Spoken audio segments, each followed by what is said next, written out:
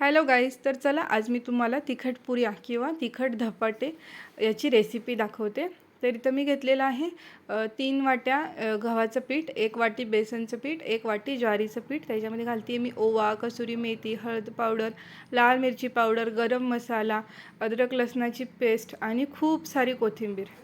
जर तुम्ही आजारी असाल, तुमच्या तोंडाला काही चव लागत नसेल, तर तुम्ही ही रेसिपी बघा कशी तोंडाला मस्तपैकी चव येते।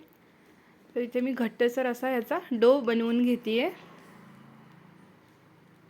तर इथे मी तेल कडकडीत तापवलं आहे। ह्याच्यामध्ये आता आपण पुऱ्या तळून घेऊयात।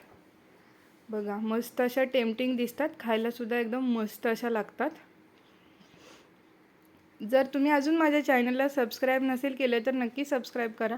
तुम्ही व्हिडिओ पाहता पण सबस्क्राइब करत नाही, तर आपल्या चॅनलला नक्की सपोर्ट करा। तर मुलांच्या डब्यामध्ये सुद्धा मी दिलेल्या होत्या पुऱ्या, बटाट्याची भाजी, पेढा आणि बर्फी।